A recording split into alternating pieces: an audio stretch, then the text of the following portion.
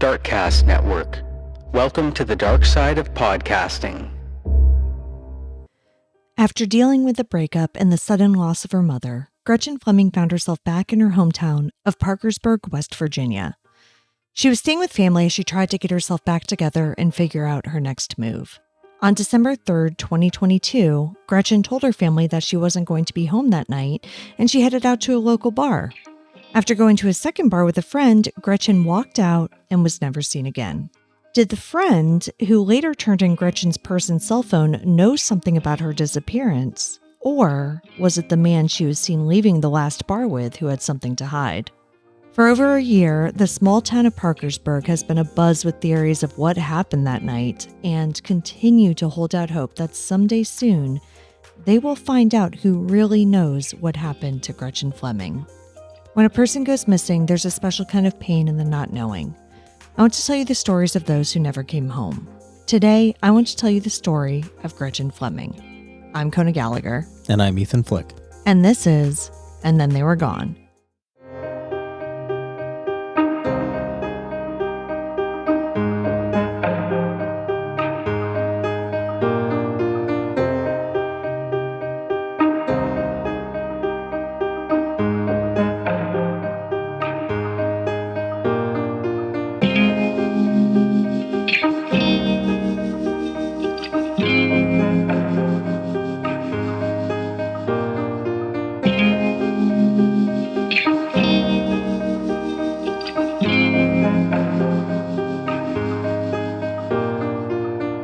Welcome back, everyone. Welcome back. Thank you for joining us once again.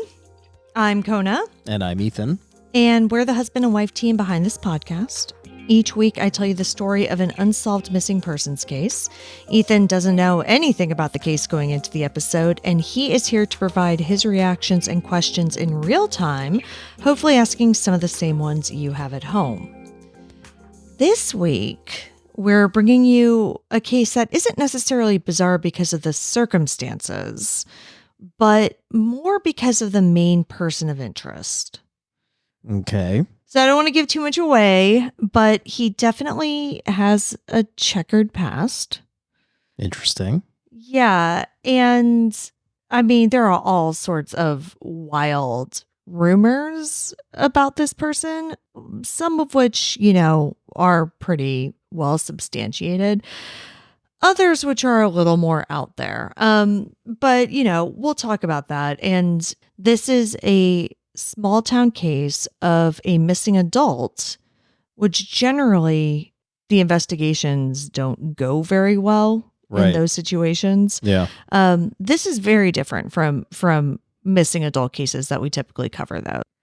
Before we get started, though, I want to give a shout out to the newest folks who have joined us over on Patreon. I haven't done this in a few weeks, so thank you very much to Sydney, Shannon M, Dan W, and V Garza. We really appreciate your support. Thank you all so much. And as a reminder, you can get these episodes ad-free by subscribing to our Patreon at any level or by subscribing on Apple Podcasts. So with that out of the way, let's get into the story of Gretchen Fleming. Let's do it. Gretchen Eve Fleming was born on December 24th, 1994 in Warrenton, Virginia.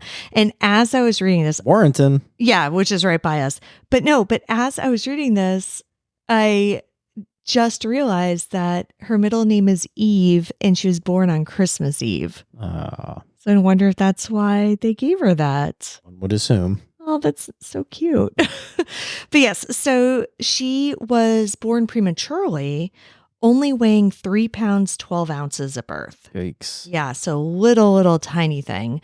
But she, ended up getting healthy, bouncing back, growing up great.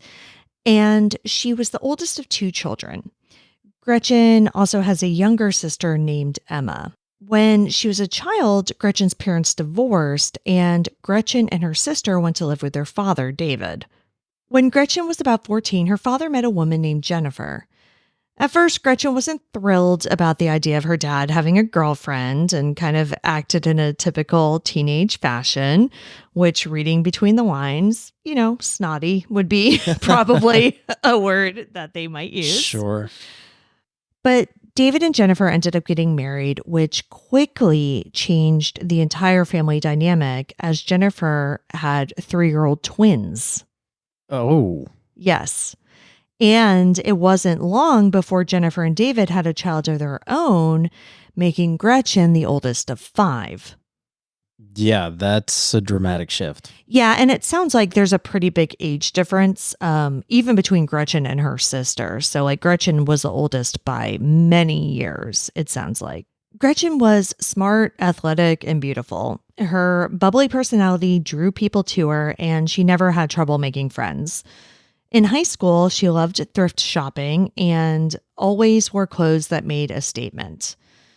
Though she always had a book in her hand, by the time high school was ending, Gretchen didn't really know what she wanted to do with her life. What she did know is that she wanted to get out of Parkersburg and, move to a big city. Like, she just had dreams of, being a city girl, basically. So when she graduated high school, Gretchen moved to the Raleigh, North Carolina area.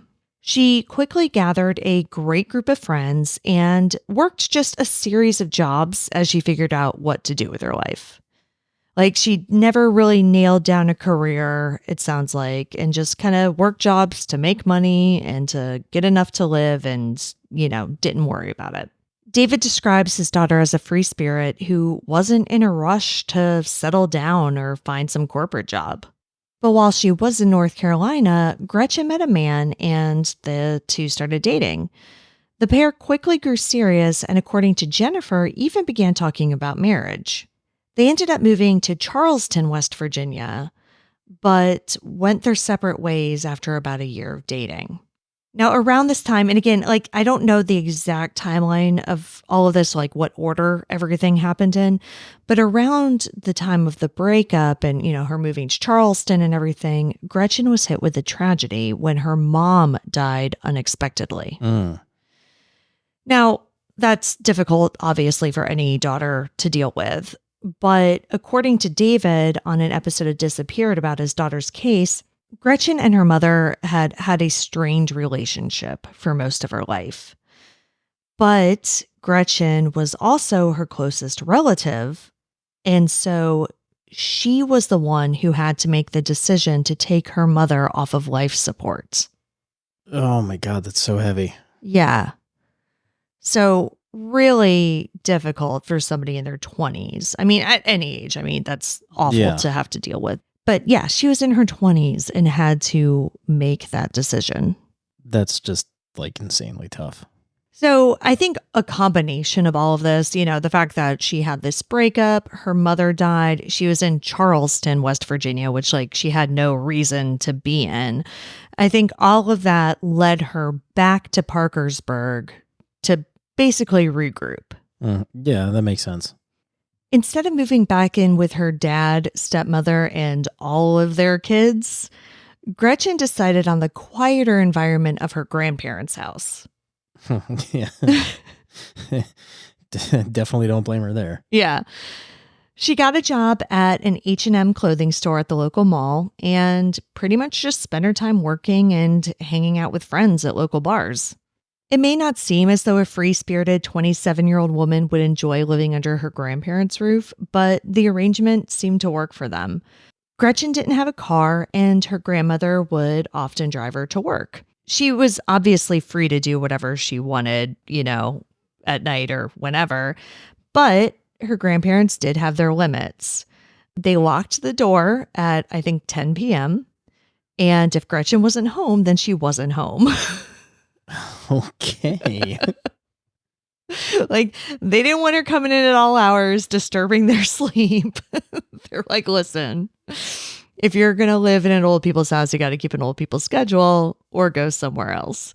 So that was fine with Gretchen, though. According to Jennifer, she did not mind that at all.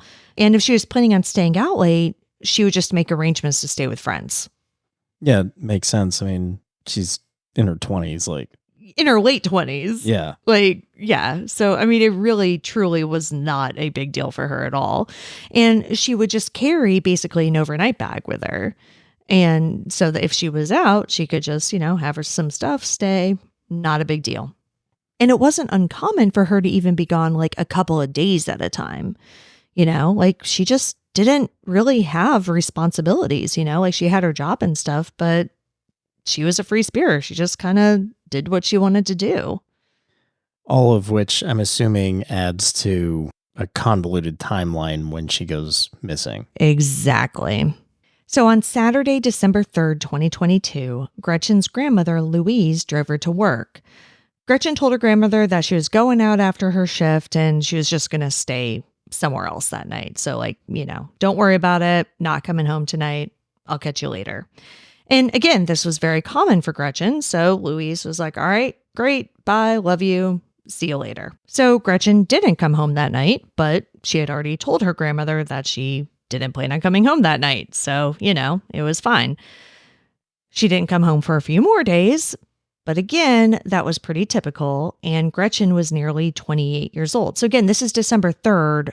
She turned 28 on December 24th. So literally weeks before her 28th birthday. Family members, had been trying to reach her during this period, but it wasn't unusual for Gretchen to either let her phone die or to take a day or two to respond to a text. However, by December 11th, Gretchen's grandmother started to get worried. So, it's been a week or so at this point, and she has not heard from Gretchen, and that is unusual. A day or two here or there is whatever, but this has been a week, and it was getting weird. So Louise went over to David and Jennifer's house and told them that she had not seen or heard from Gretchen since she dropped her off at work on December 3rd. And they hadn't heard from her either, but again, she's almost 28 years old. I think there are a lot of 28-year-olds in the world who will go a week without talking to their parents. Well, yeah, and especially dad and stepmom who now have a full litter of new kids, essentially. Yeah. I can't imagine, aside from visiting just to be the older sister or whatever, can't imagine she spends a whole lot of time over there just hanging out in general. Yeah, it doesn't sound like she did at all. Yeah, you're absolutely right. They were a relatively close family, but yeah, she wasn't over there every day or anything like that.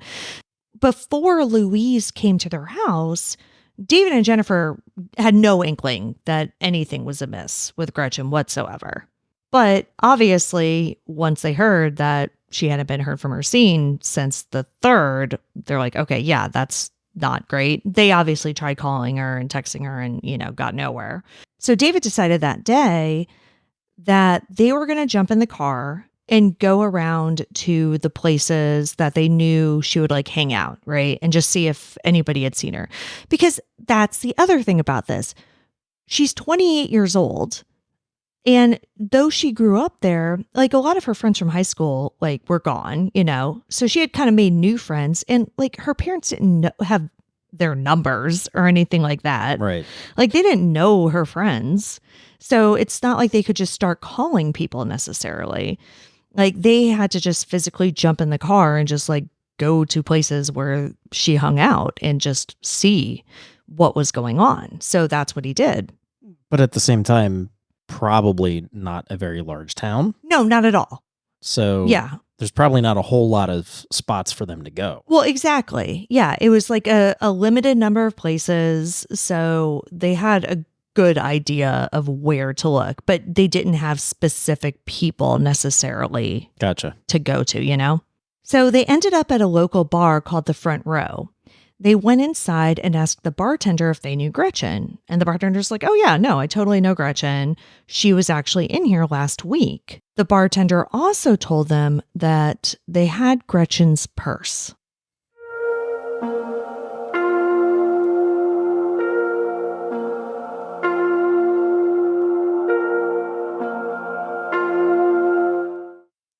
Apparently, Gretchen had been at the Front Row on December 3rd with a guy who is referred to as John on that episode of Disappeared, but according to Facebook is actually a man named Jason Pape. So I don't know if Jason's his middle name or his first name and he goes by John or, whatever. I don't know. We'll just call him John/Jason. But from what I've been able to gather, the two are kind of bar friends, you know? Like they knew each other from around. They didn't necessarily like hang out outside of the bar. Like he's apparently married and, they were both at the front row that night. They hung out, and after a while, they decided to go to another bar called My Way Lounge. It was karaoke night, and apparently Gretchen wanted to go for that. So she didn't have a car, remember? Right. And so John/Jason was like, yeah, cool. Like we can go over there. And so he gave her a ride, and the two of them went over to My Way Lounge. Now, according to John/Jason, they got to My Way and, hung out. They were friends, but they weren't like together, So they were both often in different sections of the bar talking to different people throughout the night. He said that when he was about ready to head out, he went to the bathroom, but once he got out, he didn't see Gretchen. He walked outside to see if she was out there, but didn't see her. So apparently he hadn't paid the tab. And so he went back in, paid up, went back outside, still didn't see her, and was a little worried because, again, he knew she didn't have a car. He didn't see her leave the bar. He had no idea what was going on. So he said he got into his car and started driving around to see if she had just decided to walk. So he got in the car, drove around, kind of drove to the downtown area, which was very close to the bar. Didn't see her. Then he went back to the bar to see if she had come back, went back inside the bar, and then didn't see her. The problem with this, other than the fact that, he was supposed to give her a ride home and couldn't find her, was that once he had gotten into his car, he realized that her purse and cell phone were in his car. She had left both of those items in her car when he was driving her from the front row to My Way. Okay, so do we have anybody that can corroborate whether she was actually there? Yes, we were going to get to that. Okay. Yes. So this is just, you're right. This is just his version of the story right now. Yeah, and automatically this seems fishy as hell. Oh, absolutely. Went to the bathroom, came out, didn't see her, so I immediately started looking for her and got in my car and drove around town looking for, you know what I mean? Right. Like that. And she left her purse and cell phone in my car and never took them into the second bar at all. Didn't realize she didn't have them. Seems very fishy. So yeah, no, absolutely. So there is a witness that saw her in the second bar. Yes, we will get to all of that. So after he drives around a little bit, looks for her, doesn't find her, goes back to the bar. Still, she's not back there. And so he's like, well, at this point, he doesn't know what to do. It's late, late. And so he's just like, okay, well, I guess I'll go home, because he just literally doesn't know what else to do in this situation. He goes home, gets some sleep. And then the next day, he has her purse and her cell phone. And so he takes it back to the front row, which is the first bar. And it's a place where he knows that she goes a lot. And so because he doesn't have her address, they're not outside friends, He doesn't know where she lives. He has her cell phone, so he obviously can't call her. So he doesn't know where else to take it. So he just takes it back to the bar, and he assumes that whenever she wakes up from wherever it is she went, she'll go, oh shit, where's my purse? And then hopefully go back to the first bar to look for it. So that's his thought process. Cut to December 11th, when Dave goes to the bar, and the bartender is like, oh yeah, we've had her purse. She was in here and we've had her purse all week and she never came to get it. Dave immediately knew that something had happened because, nobody leaves their purse and their cell phone sitting at a bar for a week. Yeah. Right. That's not a thing that people do. So he's like, okay, this is bad. And so obviously his suspicions went right to this dude who turned in her purse and her cell phone. Because I'm still suspicious of him. Right. And David didn't know him. They're like, oh yeah, it's this guy, John or whatever. And he's like, okay, I don't know this person. Why did he have my daughter's stuff? Why did he turn it into this bar? What is happening? He ended up contacting him. David ended up contacting him. And the story that I just laid out is the story that John/Jason told David. So that's kind of how we get this first like rough timeline of events of that night. This is all happening on the 11th. And once they get her stuff back to the house, they plug in her phone. And, again, I don't know if they do this before they end up getting a hold of John/Jason or after, but either way, it's all happening around the same time. But they plug in her cell phone because it's dead, obviously, by this point. Yeah. And they look through her calls and texts and everything because apparently in 2022, this woman did not have her phone password protected, which is like wild to me. I didn't even know you could do that on a phone anymore. Yeah, I didn't know that you can either. Yeah, I don't know. But on the episode that disappeared, that's what they said. So regardless, they got into the phone and they were able to look at her calls and texts and everything. And, I'm sure they were able to open like Facebook and, Right. all of those apps, right? And what they saw was that everything from her stopped on December 3rd. Like, there, I'm sure were incoming calls and texts and but things, no but outgoing, nothing no from posts. her. Yeah, nothing. Like no social media, no texts, nothing from her after December 3rd. So by this point, they're like, okay, like this is obviously extremely that's bad. not a good sign. Yeah. And so on December 12th, Gretchen's family reported her missing. Now, because of the alarming circumstances surrounding her disappearance, Parkersburg police did not waste any time with, she's an adult, she can stay out if she wants to. Well, that's good. Yeah. They immediately started an investigation, though they were obviously hindered by the fact that it had been 9 or 10 days since she was last seen. Right. But they started their investigation by retracing her steps on the night of December 3rd. So they spoke to people at both bars, and everybody, bartenders, whoever, basically corroborated the story that John/Jason had told her family. Okay. They were also able to further corroborate his story by pulling surveillance footage from My Way. Oh, okay. So My Way apparently had several cameras. They were actually working and they actually still had the footage, things that you often don't see in these cases. Yeah. So that was a huge help to the investigation. Again, because they were starting, a week and a half after the fact. Right. With only this guy's weird story. Yeah. It still doesn't make any sense. Corroborated or not, it still does not make any sense. It's still a weird story for sure.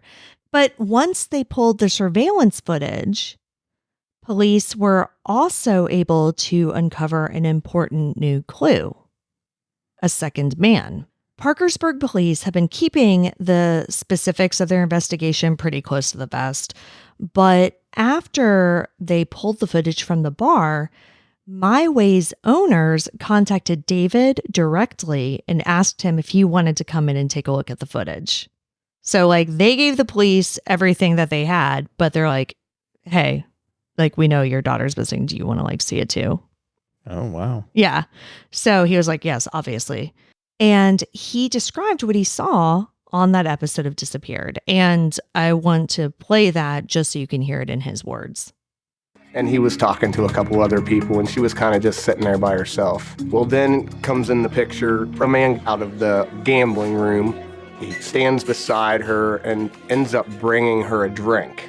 Then they end up talking, and they go back into the gambling room together, probably for about a half hour, 45 minutes. And then they come out of the gambling room, and the man ends up walking out the door, and she's walking right behind him. John ends up going to the bathroom, so when Gretchen comes out of the gambling room to leave, he was actually in the bathroom, so he didn't see her leave. So he comes out of the bathroom, and then the bar's getting ready to close down there, and he's looking for her and can't find her because he was going to give her a ride home. And then the footage actually shows Gretchen leaving with the man and his car driving away. So gambling man comes out, starts talking to her. Mm-hmm. Then they leave together. Well, you're right. So he comes out of the gambling room, gives Gretchen a drink. Okay. He and Gretchen then go into the gambling room together. Ah. Now, I don't know if there was a camera in the gambling room or not. It kind of sounds like there isn't. Yeah. Because we don't have any details about what was that. going on in there. Yeah. But It sounds like Gretchen had been drinking a lot throughout the night already, right? Mhm. So I would assume, and I do not know this is purely my assumption, that if he gave her a drink and then they're in the gambling room for another 30 to 45 minutes, I would guess that she probably had at least one more drink during that period. Mhm. And then the camera shows them coming out of the gambling room, and John/Jason is in fact in the bathroom. Right. They leave, or it should be said, he leaves.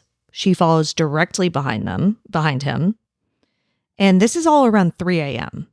The surveillance footage shows them getting into his car. No. So what it shows is them leaving, but because of where his car was parked, it does not show either of them getting into his car. Mm. But then an outside camera does pick up his car driving away. Okay. So we know what kind of car he has. Yes. We know the car. Police identified it. Like, they are certain that they see his car on the footage leaving directly after he left the bar. But they don't physically have video of Gretchen or him entering the car. Okay. What this sounds like is that a single 27-year-old woman hit it off with a man at the bar and went home with him. Sure. I promise you. But Promise you. Mhm. She left her purse and cell phone, though. Right. But beyond that, because you could think, okay, she's drunk. She forgot about her purse and cell phone. Whatever. Best case scenario. She's just like, really, like, I'm going to go home with this dude. I promise you that is not what happened here. It was quickly determined that the man Gretchen was seen leaving with was 55-year-old Preston Pierce. Preston is and was well known around Parkersburg, and not for anything good. I usually don't like go and start disparaging people's like looks and stuff on this show. But to anyone listening who has ever been out in public, especially at a bar, and you've gotten hit on by a creepy old white guy, like whoever you're picturing, that's what Preston Pierce looks like. 120%. He is the type of dude that you see and you immediately know something weird is going to happen. Now, when I say he's well known, he wasn't necessarily known by name, right? But when people see him, it's more of an, oh, that guy kind of a thing. Okay. Part of the reason he's not known by name is because, he didn't always live in Parkersburg. And his name wasn't always Preston Pierce.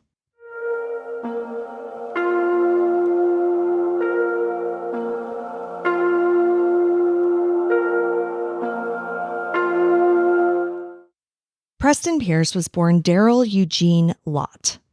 That's quite a name change. Indeed. Details on his background are sketchy, but he was allegedly a police officer in several different small towns in West Virginia, including Ravenswood, Williamstown, and Vienna. I've also seen several different people say that he was actually chief of police in Bellington, West Virginia, but I have not been able to independently verify that. I actually called the town of Bellington right before we recorded this because their website lists the current chief of police. Mm-hmm. And so I called and asked if there was anywhere that had a list of past chiefs of police. And the lady I spoke with is like, no, this is our first website. We just got it. Oh, okay. And she's like, you could try to call the current chief of police tomorrow, but call after 9 because he does school drop off before that. Oh, Jesus.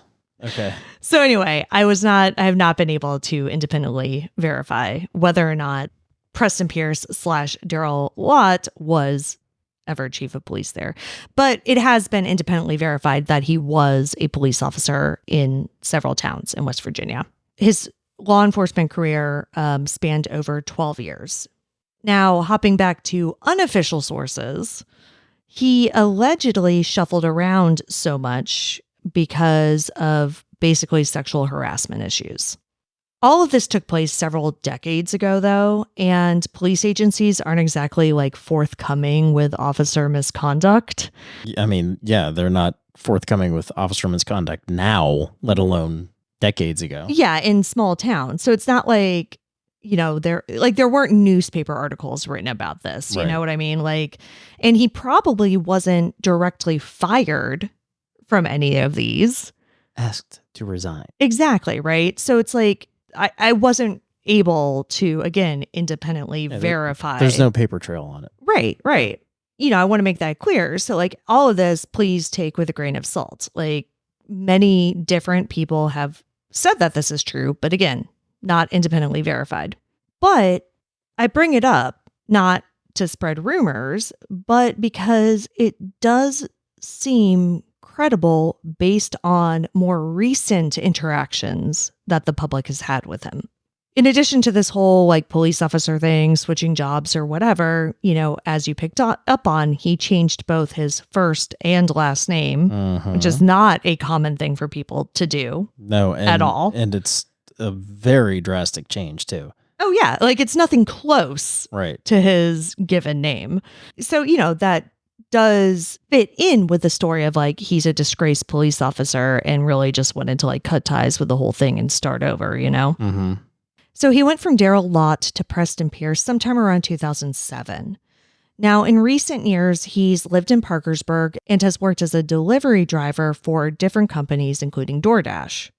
Since he's been named as the last person who was with Gretchen Fleming, people in Parkersburg have come out and shared their experiences with him, mostly as customers to whom he delivered food, but also as coworkers in other jobs that he's held. In the Gretchen Fleming West Virginia TCR Facebook group, someone gathered over 40 screenshots of different people posting their horror stories of interactions with Preston Pierce. And here are just a few examples. Quote, "He followed me and a friend from front row to my way to my home without my knowledge. Thankfully, my friend was very alert and noticed he followed us, and my boyfriend was told and came outside and confronted him. Police were called." End quote.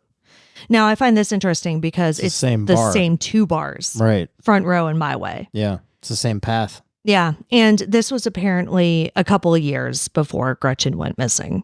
Does that pattern come up again? The two bars? Yeah. Nothing I saw mentioned those two bars specifically. There's another place called Corral that he would allegedly go and play pool, and a lot of people had run-ins with him there as well. But that was only when I saw that mention these two particular places. I was just wondering whether that particular behavior or path of travel was predatory. Yeah, I don't know. But my way is only about 2 miles from his house. Okay. Or where he was living at the time of Gretchen's disappearance. I don't know if he was living in that place when this first incident happened, gotcha. but yeah, at the time he lived 2 miles away. So another person said, quote, "Before COVID hit in 2020, he was my DoorDash driver one night when I ordered food to the little gambling place I worked at. He came back hours later to tell me I was beautiful and sat at my bar. I was so creeped out that a DoorDash driver would do that. I texted my boss to see if she would come down and sit with me so I wasn't alone with him. We had to tell him to leave because he sat way past closing time. He found me on Facebook the same freaking night and would message me all the time to find out if I was working. He would come and sit in the parking lot till I left. My boss ended up coming back at closing time every night for a week straight to make sure I got safely to my car and stuff. And then COVID shut the bar down for a while and I never saw him again. I got such bad vibes from him then, so this is blowing my mind that other people went through the same thing." End quote. She doesn't name the bar, but she references gambling. Yeah. I have no idea what the prevalence of gambling in West Virginia I mean, is. it's pretty prevalent, so it could be any place, honestly. Sure, but again, we're talking about yeah. Petersburg, which is a small town. And oh, exactly. There's probably only a few bars that have gambling. Mm-hmm. So decent likelihood that it's my way. Again. Yeah, it very well could be.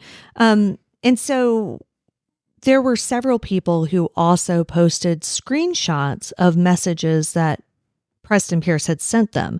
And it's like, there's one that was like, the text that you get from DoorDash, like, "I just picked up your order," and like, "Your order's on your way," like those texts. Auto-generated, yeah. Yeah. And then it goes to, hey, I didn't want to say anything, but you're really beautiful. Like, like stuff like that. Yeah. Like just creepy, creepy stuff.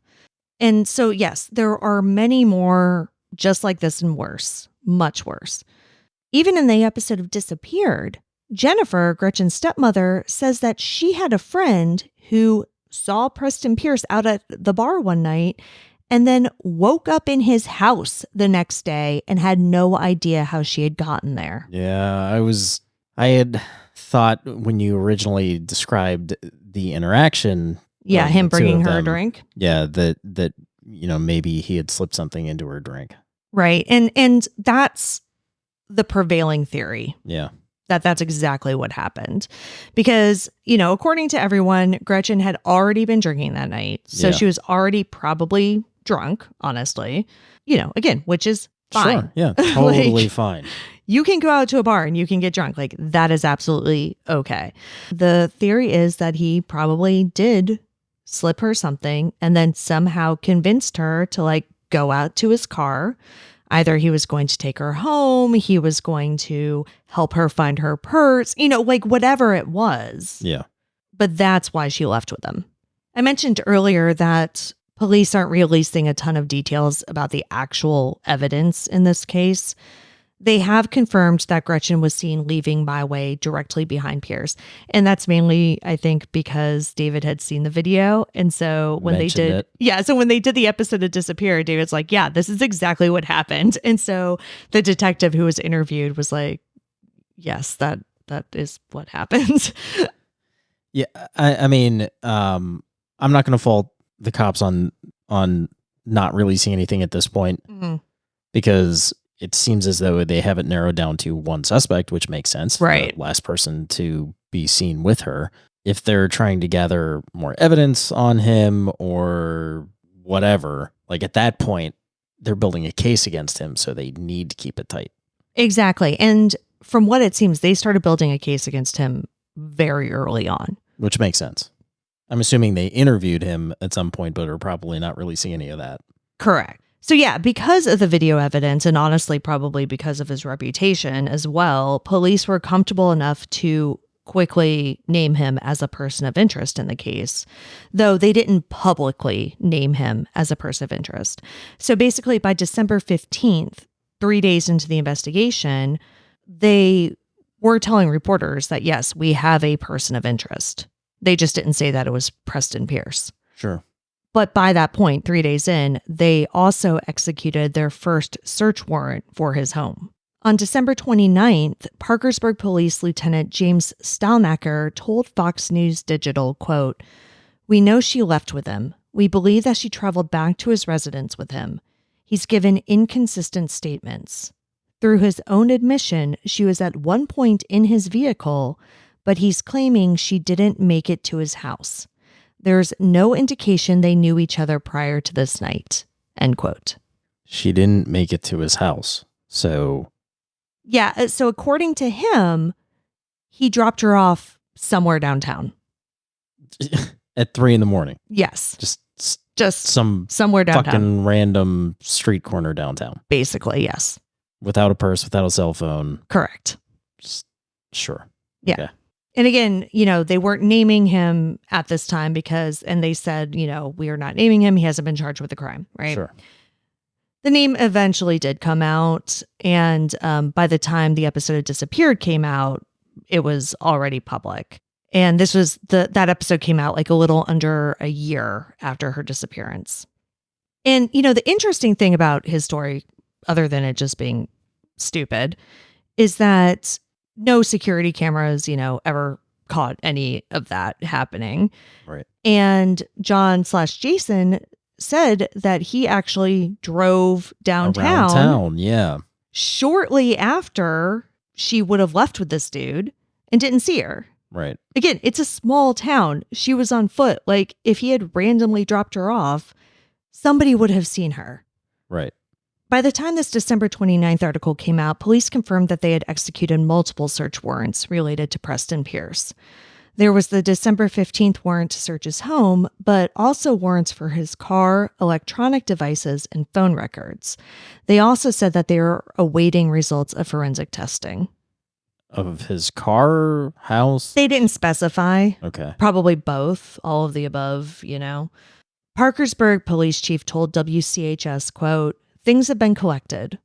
See, yeah, like real, Yeah. Real Again, official. Exactly. As standard, sent to the state laboratory for analysis and just awaiting results there.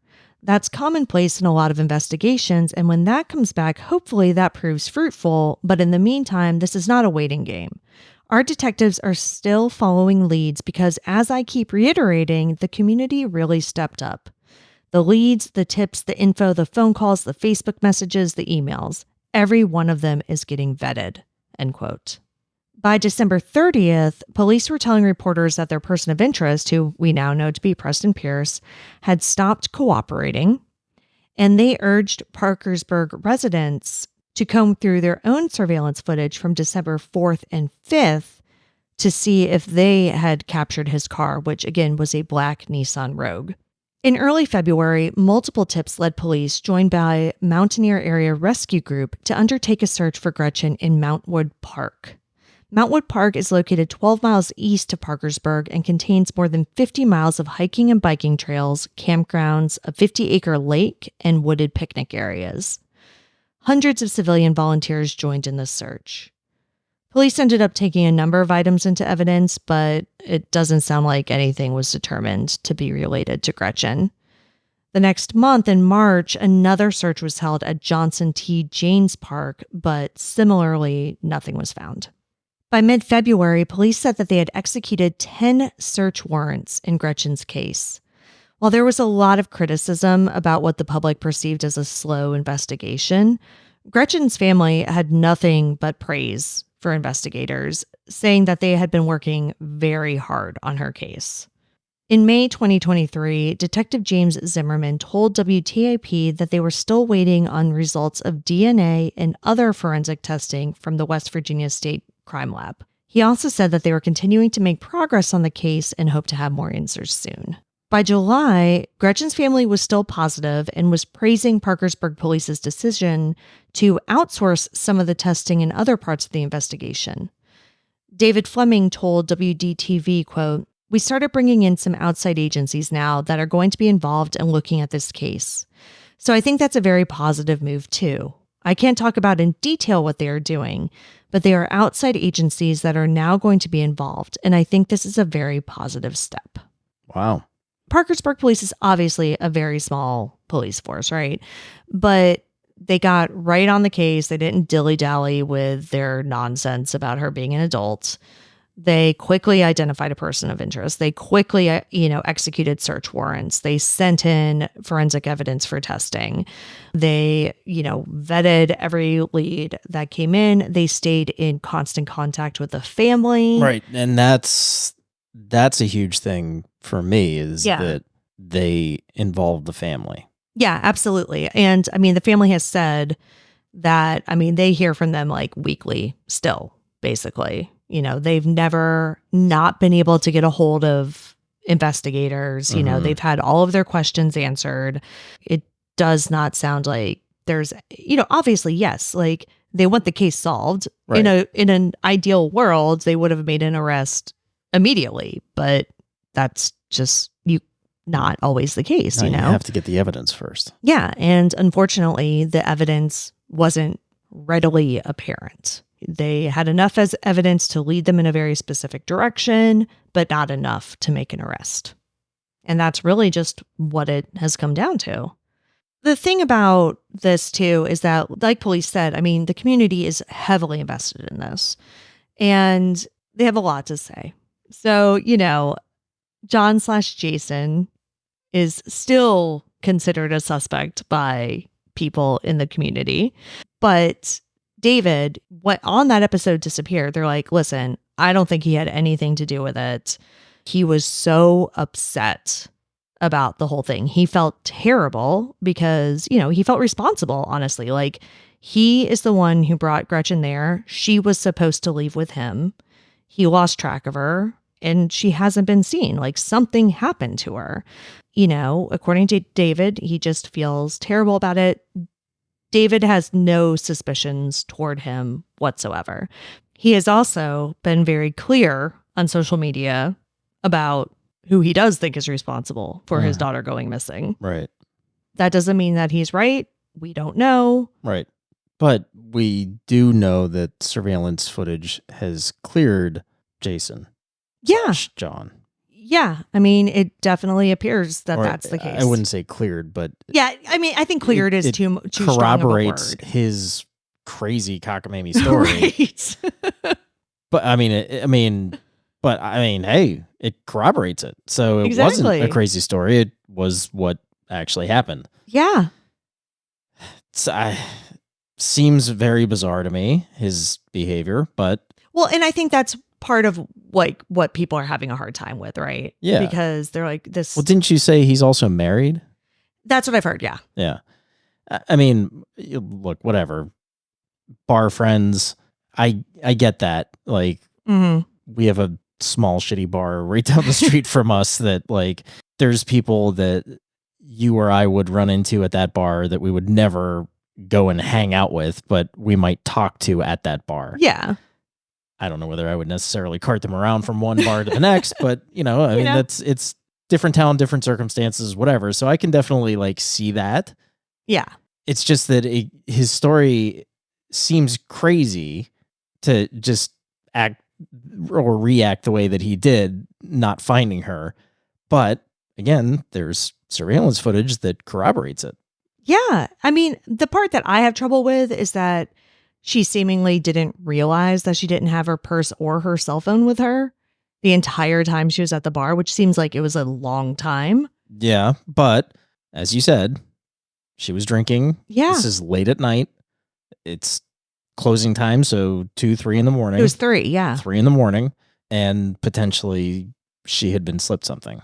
Exactly. Yeah. Sometime earlier. So yeah, Right. no, I mean, absolutely. Like it all ends up making sense, Right. but at face value. Not on the surface. No, right. yeah, not at all. Yeah, right. I mean, no, legit. If there wasn't video footage Yeah. proving John/Jason's story, like he'd be a number one suspect. Well, yeah, because in what world does the guy who has the purse and the cell phone Right. of the woman who went missing, like, not be involved? Like, that's not how that works, you know? Yeah, no, like everybody, police included, would be like, "Oh, you did." Like, come you on, did man. it." Like, Yeah, like- be fucking for real. like, her purse and cell phone were in your car. yeah. But I mean, look, there's evidence there Yeah. that she left with somebody different. And not only somebody different, but somebody with a very long history. of being sketchy as fuck. Yes. Yeah. December 2023 was the 1-year anniversary of Gretchen's disappearance, and not much had changed since the summer. Pierce is still a person of interest, but by this time he had moved out of the rented home that police believe he took Gretchen to in the early hours of December 4th, 2022. He's apparently been moving around the state of West Virginia and apparently, I don't know if this is the case, but was homeless for a time. He was recently seen back in Parkersburg at a fast food restaurant. And people are keeping an eye out for him. Like they were taking pictures of him, posting it on Facebook. Like, this guy's back in town, hide your kids, basically. Parkersburg, West Virginia has been deeply affected by Gretchen Fleming's disappearance. Facebook and other online forums are full of active discussions about her, Preston Pierce, and the other people involved in this case. She is very much cared for and very much missed. The last update that we've had on the forensic testing was in May of 2023, so we don't know if they've received all of the results or if there's anything that's still outstanding. Parkersburg police have said that they are methodically running down leads, and they're asking the public for any help or information that they may be able to offer. While investigators and Gretchen's family don't know exactly what happened to her or where she is now, they know that whatever happened was not her decision. Gretchen was taken. Now they're all searching for answers and hopefully for justice.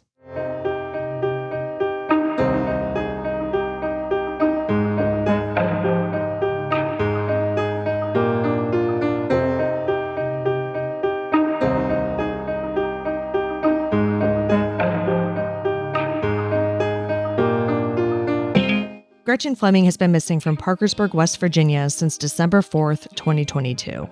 She's a white female with brown hair and brown eyes. She was approximately 5'2" and 125 pounds at the time of her disappearance. She was 27 when she went missing. She would be 29 today. Anyone with information regarding Gretchen Fleming's disappearance is asked to call lead detective James Zimmerman at 304-424-1072 or the police department's main line at 304-424-8444.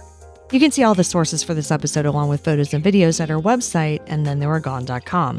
And be sure to follow us on social, and then They Were Gone Pod on Facebook and at ATTWG Pod on Instagram and TikTok. If you like what we're doing, please subscribe and consider leaving a 5-star review on Apple Podcasts. It will help new listeners find us. And the more people that listen, the more chances we have of bringing someone home. And we'll see you here next week for a brand new episode. See you next week. And Then They Were Gone is hosted by Kona Gallagher and Ethan Flick. All research, writing, and editing is done by me, Kona Gallagher. Theme music is The Stork by Ketsa. Additional music is provided by Kai Engel. And Then They Were Gone is a Little Monster production.